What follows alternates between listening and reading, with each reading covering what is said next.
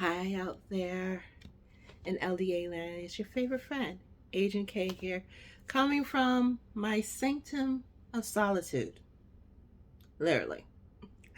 But it's so great to see you all again. I am sorry for such a late video. I should have posted this a while ago, but my original phone decided it wanted to die and wanted to take me with it. Literally, it's almost sparked a fire in my apartment. And yes, I'm trying to move, but that's one way I don't want to move. Um, so I am coming to you today because I'm very concerned. And I'm concerned about my cruising life and whether or not it's going to start up again in any time in the near future. So before I go into that, but if you like this video, please give me a thumbs up. If you would subscribe and turn on the notification bell, it would be a wonderful thing. So let's get into the tea, shall we? So the CDC has released a new, and I do mean new because it's about a week or two old, new guidelines or further guidelines of what we need. Well, not we as the cruising public, but the cruise lines need to do for us to get back on the high seas. And now it has to do with the ports and having contracts with the city and as well as off cruise line housing and hospitals and emergency in case there is a COVID outbreak, and said that all this can be done before resuming cruising in July. Now, most cruise lines are taking President Biden's word that we should have enough vaccines in arms that we could be back to normality by July 4th. And when President Biden said those words, he actually said those words about having barbecues on July 4th. Added to that, the CDC has extended its no sail, or whatever they're calling it now, to July 21st time frame. So what does that say to me? I have a cruise in December of this year. I have a cruise in May of next year. I have a cruise again in December of next year. So I am concerned. And at the time of this video, it is April 20th. The time of this video, I should not be concerned because in my brain, I would only be concerned if cruising did not start in September. But the way this is getting extended out, as well as sorry, had to take a deep breath. How this is getting extended out and the battle between the cruise lines and the CDC and the administration, in essence, has made me a little concerned that I will not be cruising in December of this year. I am not going to be cruising May of next year. I am looking to possibly cruise December of next year. And I don't know about the rest of you, but your girl is getting a little jittery and really needs to be on the high seas.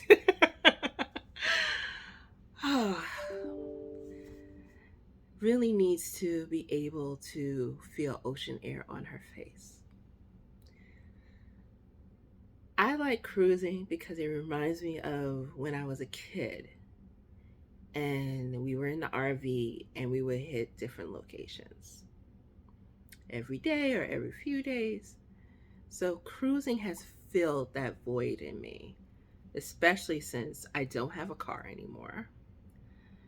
And the closest I can get to that outside of cruising would be getting on Amtrak. And I don't want to go on Amtrak. I did that already. Look at my videos. You'll see me on Amtrak or in the Amtrak station here in New York. But I really would like to get on the high seas. I want to be catered to. I want to disappear from real life. I want that opportunity to disappear from real life. What is my solution to the situation? And I'm just going to be very truthful to you.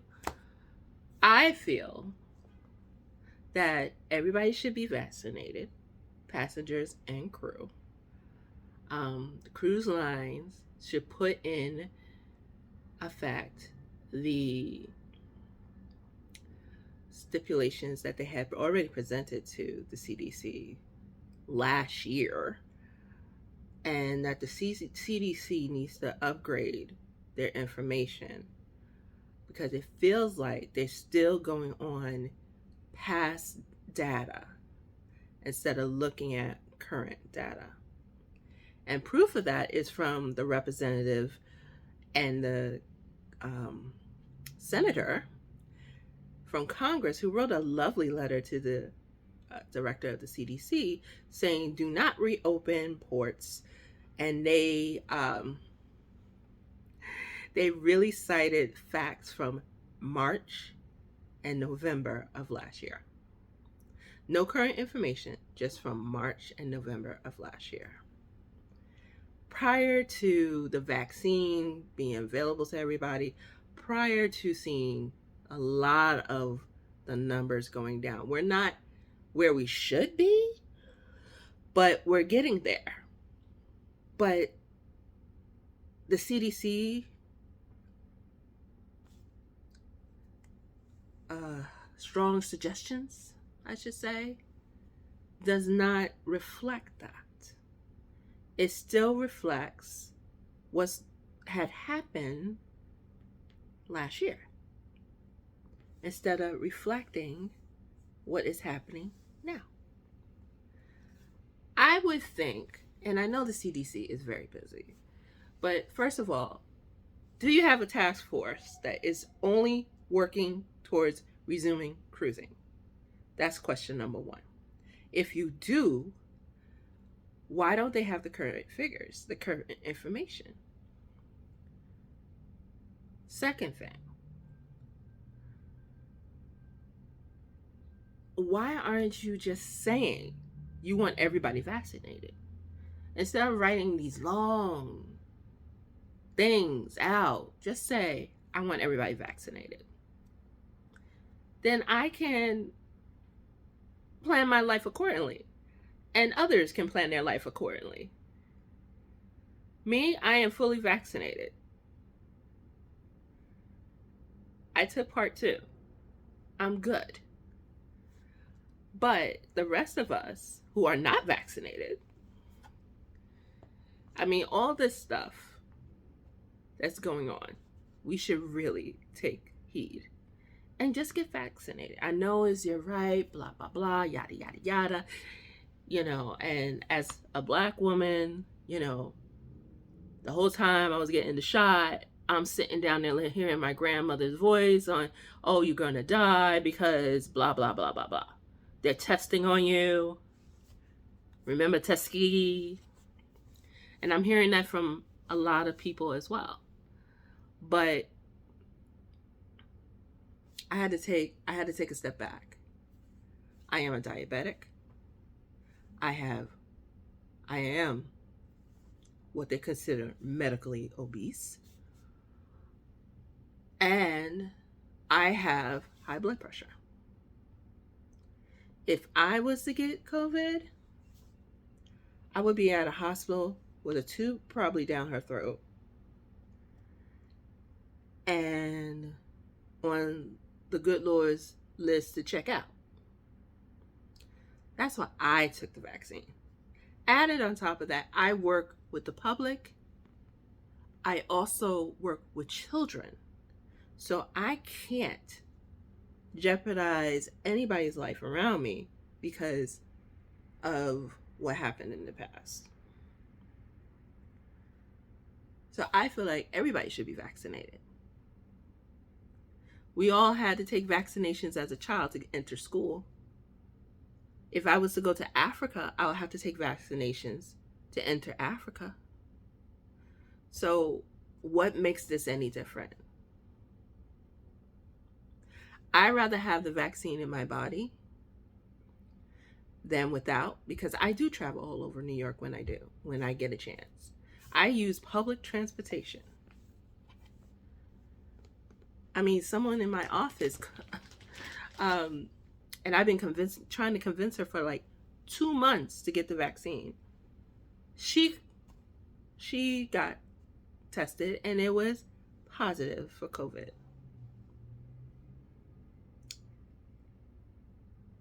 I mean, seriously, people? And she's a diabetic.